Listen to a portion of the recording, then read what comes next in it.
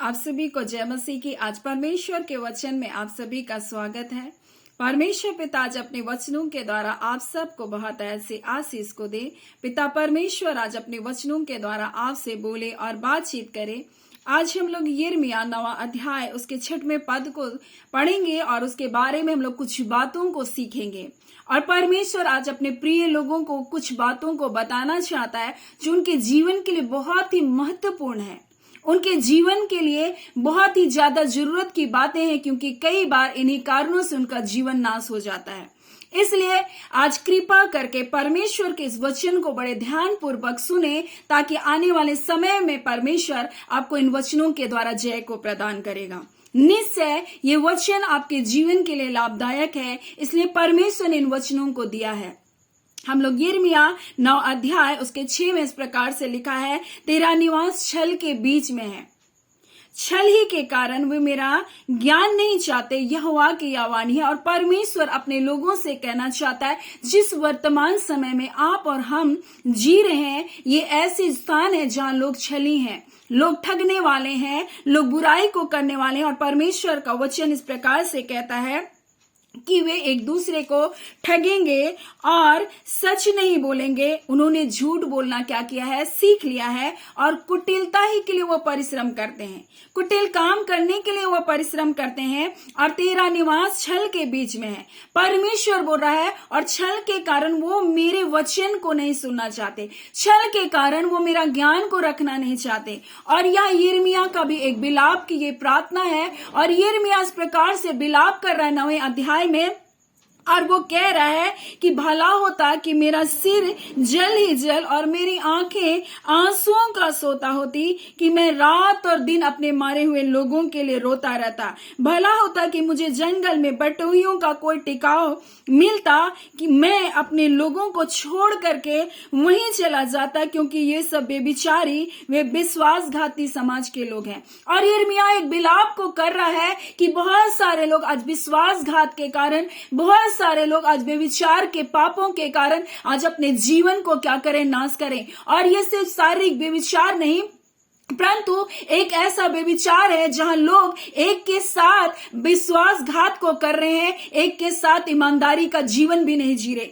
आज स्त्रियां रो रही है अपने परिवार में, क्योंकि परिवार टूट जा रहा है, परिवार गलत रास्तों में चला जा रहा है। और इसलिए ऐसे समाज को देख करके यिर्मयाह बिलाप को कर रहा है। वो रो रहा है कि इन्होंने बुराई करना सीख लिया, ये झूठ बोलने सीख गए, ये छल को कर रहे हैं। और परमेश्वर का वचन कहता है, तुम ऐसे लोगों के बीच में रह रहे हो, ये छली समाज के लोग हैं, तेरा निवास छल के बीच में है। और इसलिए बोला, भला होता कि मैं इन सब के बीच से निकलकर जंगल में बटोहियों के बीच में मैं ठिकाना पाता, मैं उनके बीच में रहता, क्योंकि ये समाज के लोग बेविचारी समाज के लोग हैं, ये झूठ बोलने वाले, ये दगा देने वाले, ये बेईमानी करने वाले लोग हैं। लेकिन परमेश्वर हमें कुछ बातों की चौकसी करने के लिए बता रहा है, यानी ये हमारे जीवन के लिए अत्यंत आवश्यक है, जो बातें आज हमें परमेश्वर बताना चाहता है।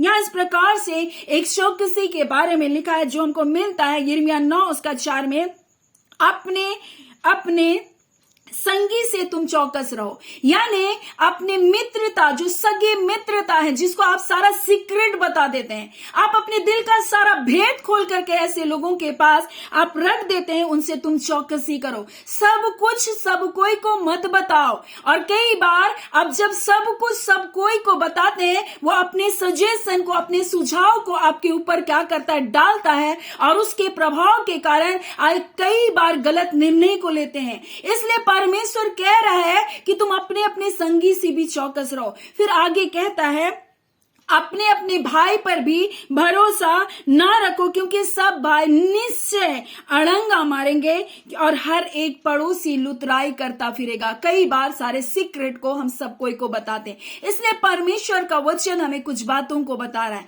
यहाँ पर हम लोग नीति वचन 3 उसका 32 में देखेंगे तो परमेश्वर का वचन कहता है, वो सीधे लोगों पर अपने भेद को प्रकट करता है। परमेश्वर हर किसी पर अपने सीक्रेट को, अपने भेद को नहीं प्रकट करता, तो सीधे लोगों पर प्रकट करता है। फिर परमेश्वर का वचन भजन संहिता 25 उसका 14 में लिखा है, यहोवा के भेद को, यहोवा के सीक्रेट को वही लोग जानते हैं जो उससे डरते हैं। यानी परमेश्वर सबको सब कुछ नहीं बताता, और जितना बताता है वो उनके लिए उतना ही जरूरी है, सारी बातों को नहीं करता। लेकिन हम मनुष्य क्या करते हैं, 4 दिन की मित्रता, 4-5 महीने की मित्रता में अपने जीवन के सारे राज को खोल देते हैं। और आज तो वर्तमान में ऐसा हो गया, हम 24 घंटा किसी के साथ ट्रेन में यात्रा करें तो हम सब कुछ उसके सामने बता देते हैं, और ये बातें हमारे जीवन के लिए बहुत खतरनाक है।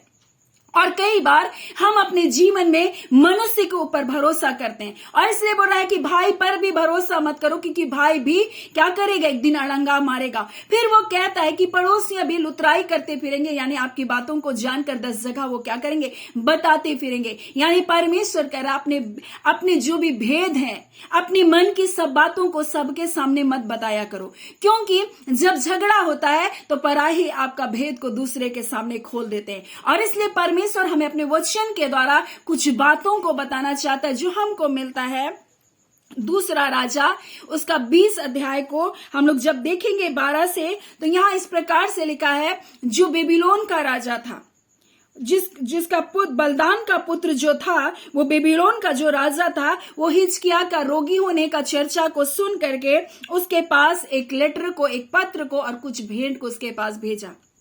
ये कोई और व्यक्ति नहीं था, एक उसका शत्रु था बेबीलोन का राजा। लेकिन यहाँ पर हिजकिय्याह राजा बहुत खुश हो जाता कि अरे ये तो मेरे दुख में मेरी सुधि लिया, मेरे लिए स्वस्थ होने की कामना कर रहा है, मेरे लिए तोहफे को भेजा रहा है। और उसने क्या किया, उसके दूत को लेकर के अपने सब कुछ को, अपने सारे राजमहल को, अपना सोना कितना, चांदी कितना, धन कितना, सब कुछ, सारा भेद को उसको क्या कर दिया, बता दिया। और यहाँ इस प्रकार से लिखा है, और उनके लाने वालों की मानकर हिजकिय्याह ने उनको अपने अनमोल पदार्थ का सब भंडार, चांदी, सोना, सुगंध द्रव्य, उत्तम तेल, अपने हथियार का पूरा घर और अपने भंडार में जो जो वस्तु थी वे सब दिखाए। हिजकिय्याह के भवन और राज्य भर में ऐसी कोई वस्तु ना रही जो उसने उन्हें ना दिखाई, और उसने अपना सारा भेद क्या क्या खोल दिया। क्यों किया? क्योंकि उसने सोचा ये राजा मेरी बड़ी चिंता कर रहा है, ये राजा को मेरी बड़ी परवाह है, वो उसका दुश्मन है, उसके साथ बुरा किया वो भूल गया। लेकिन जब एक छोटा सा भेंट को दिया और छोटा सा एक पत्र को लिख दिया, बस उसका मन पिघल गया। और आज कई लोग ऐसे ही धोखे में चले जा रहे हैं। उसको पता है कि सामने वाला मेरी बुराई करता है, सामने वाला मुझको फंसा रहा है, सामने वाला मुझको धोखा दे रहा है, मुझको अपने सारों पर नचाना चाहता है, और सामने वाला बड़ा चतुर है। इसलिए उसको पता है कि सामने वाले को मैं कैसे अपनी मुट्ठी में रख सकता हूं, और इसलिए बेबीलोन का राजा एक चाल को चलता है। और उसके दुख में, अगर कोई आपके दुख में कोई संतावना की बातों को कह दे तो आप उसके तरफ पूरी तरह से अब चले जाएंगे। और यही काम ये राजा करता है, और उसका हाल चाल को पूछता है, उसके लिए भेंट को भेजाता है। तब यहां देखते हैं हिजकिय्याह राजा का मन पिघलता है और सब कुछ जो उसका था सब कुछ बता देता, अपना सारा भेद उसके सामने खोल देता है। ऐसे ही सिमसोन ने भी किया। कुछ दिन से जानी गई स्त्री को, एक दलीला, एक बेस्या को, जो उसके साथ कुछ समय बिताई, उसके साथ कुछ महीने बिताई, सिमसोन ने अपना सारा भेद उसके सामने खोल दिया। और इस कारण जब उसने उसका सारा महाबल का भेद जाना, इस कारण उस स्त्री ने क्या कर दिया, उसके जीवन का नाश कर दिया। इसलिए परमेश्वर का वचन पुरुषों को खासकर हिदायत देता है कि हे लामुएल के विषय में ये वचन प्रभावशाली वचन है। उसमें कहा, हे मेरे मन्नतों के पुत्र, हे मेरे निज पुत्र, अपना भेद तो किसी स्त्री को मत बताना। और कई बार लोग अपने भेद को, अपने सीक्रेट को लोगों को बताते हैं, और उसी बातों में क्या करते हैं, फंस जाते हैं। आज परमेश्वर अपने वचन के द्वारा बता रहा है कि अपना भेद को हर किसी के सामने तुम मत बता देना, क्योंकि परमेश्वर भी अपने भेद को हर किसी को नहीं बताता। शैतान नहीं जान रहा था कि यीशु मसीह क्यों आया था। वो सोचा मैं इसको मार दूंगा, सब कहानी खत्म हो जाएगा। लेकिन परमेश्वर को उस मृत्यु के बाद एक बड़ी योजना थी, वो सिर्फ परमेश्वर जान रहा था, वो शैतान को नहीं पता था। और इसीलिए आज हमें भी परमेश्वर अपने वचन के द्वारा बताना चाहता, अपने अपने संगियों से भी चौकसी करो, अपने भाई पर भी भरोसा मत रखो, क्योंकि पड़ोसी भी निश्चय लुतराई करता फिरेगा, क्योंकि इन्होंने बुराई करना सीख लिया है, इन्होंने इन्होंने कुटिलता के लिए परिश्रम करना सीख लिया है। इनका निवास, तुम्हारा निवास छल के बीच में है और इन्होंने परमेश्वर के ज्ञान को सीखना नहीं चाहा। इसलिए परमेश्वर आज अपने लोगों से कहना चाहता है, अपने प्रिय बेटे बेटियों से कहना चाहता है, उन माता पिताओं से कहना चाहता है जो अपने जवान बेटे बेटियों की बातों को हर एक लोगों को बताए फिरते हैं। मेरी बेटी ने ये गलती किया, मेरा बेटा ने वो गलती किया। और परमेश्वर हमें वचन में सिखाता है कि जो प्रेम का खोजी है वो दूसरों के अपराधों को क्या करता है, ढांपता है। लेकिन बहुत सारे लोग उन बातों की चर्चा करके और भी उनको बदनाम करते हैं और नीचे गिराते हैं। लेकिन आज परमेश्वर हमसे कहना चाहता है, जिस प्रकार से ये राजा भेंट को भेजा, उसके लिए पत्र को लिखा, हिजकिय्याह क्या क्या फुसल गया, वैसे तुम मत फुसलो। क्योंकि कई बार जब अपने भेद को आप बताते हैं, आगे का परिणाम बहुत खतरनाक होता है। और ये हिजकिय्याह राजा के साथ हुआ। तब यशायाह भविष्यवक्ता ने हिजकिय्याह राजा के पास जाकर पूछा, ये मनुष्य क्या कह गए और कहां से तेरे पास आए थे? हिजकिय्याह ने कहा, वे तो दूर देश से अर्थात बेबीलोन से आए थे। फिर उसने पूछा, तेरे भवन में उन्होंने क्या क्या देखा? हिजकिय्याह ने कहा, जो कुछ मेरे भवन में था सब उन्होंने देख लिया और मेरे भंडारों में से कोई ऐसी वस्तु नहीं जो मैंने उसे ना दिखाए। तब यशायाह ने हिजकिय्याह से कहा, यहोवा का वचन तू सुन ले।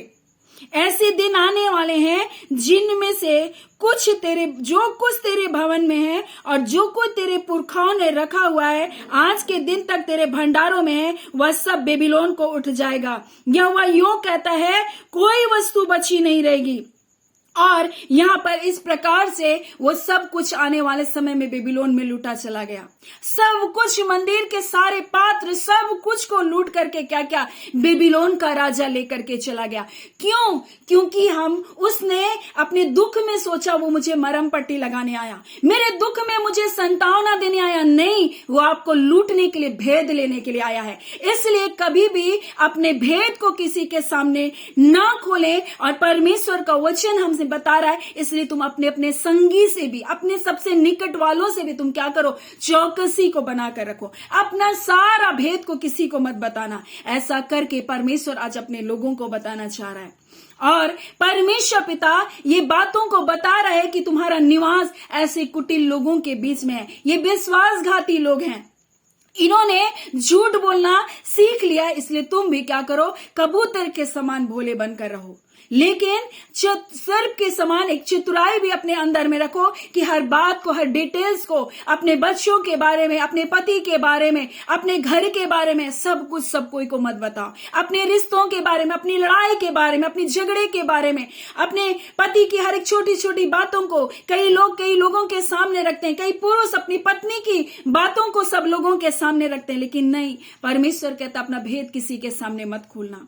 इसीलिए परमेश्वर आज इन वचनों के द्वारा आपको कुछ बातों को बता रहा है और ये बातें आपके जीवन के लिए बहुत महत्वपूर्ण है। इसलिए सचेत रहें, चौकस रहें अपने जीवन के लिए, ताकि आप परमेश्वर की इन भलाइयों को देख सके। क्योंकि कई बार आप जब सब बातें सब लोगों को बताते हैं, वो अपने सजेशन को देते हैं, और जो काम परमेश्वर आपको करने के लिए बोल रहा है, आपके हृदय में गंभीर रूप से बता रहा है, आप उस कार्य से क्या हो जाते हैं, विचलित होते हैं। क्योंकि आपके लोगों के बातों का ज्यादा प्रभाव पड़ता है, ना कि परमेश्वर जो आपसे कह रहा है।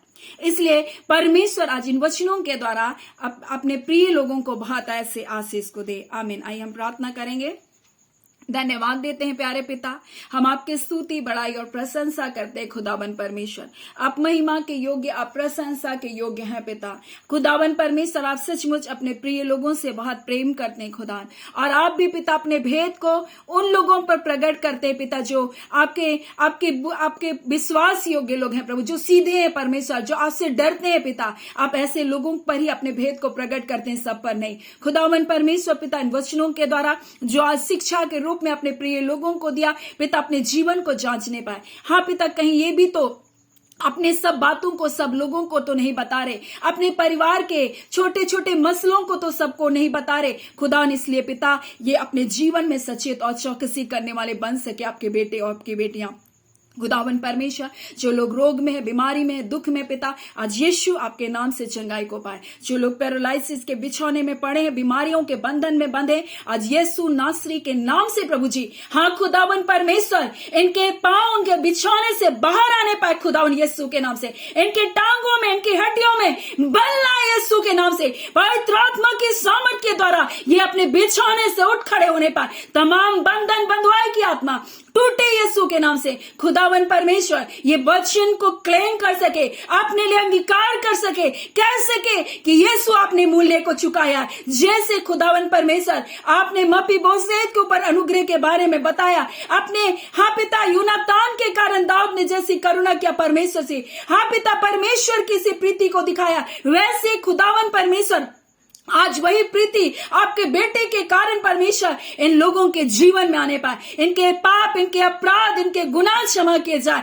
और खुदावन ये छुटकारे को पाने पाए। प्यारे पिता, हम प्रार्थना करते हैं इस घड़ी पिता, जितने लोग पिता हॉस्पिटलों में पिता, हाँ पिता अपने प्रिय लोगों के लिए प्रार्थना कर रहे हैं, यीशु आपकी चंगाई की सामर्थ स्पर्श करे और खुदावन परमेश्वर इसी घड़ी ज्वार यीशु के नाम से उतरने पाए, हर प्रकार का बंधन टूटे, दुष्ट आत्माओं के सारे प्रकोप खत्म होने पाए यीशु के नाम से।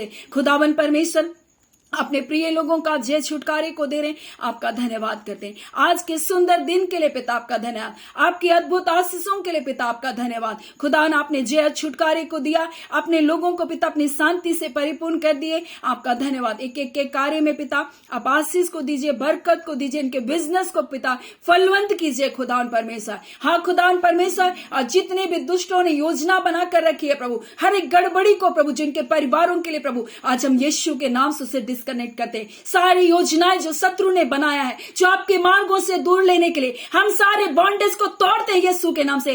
पिता हम प्रार्थना करते हैं खुदावन परमेश्वर, जो योजना आपने बनाई है अपने प्रियों के लिए, वही बातें फुलफिल होने पाए यीशु के नाम से। प्यारे पिता, हर प्रकार के भटकाव से, व्यर्थ बातों से, व्यर्थ चिंताओं से अपने लोगों का आजाद करें। हम धन्यवाद देते हैं, अपने अद्भुत शांति को अपने प्रियों को दिया, आपने छुटकारे को दिया पिता, आपका धन्यवाद। हम आपको सारी आदर महिमा देते हुए पिता, ये प्रार्थना आपके बेटे यीशु के नाम से मांगते हैं, दया सुने, अनुग्रह से ग्रहण कर लीजिएगा, आमीन।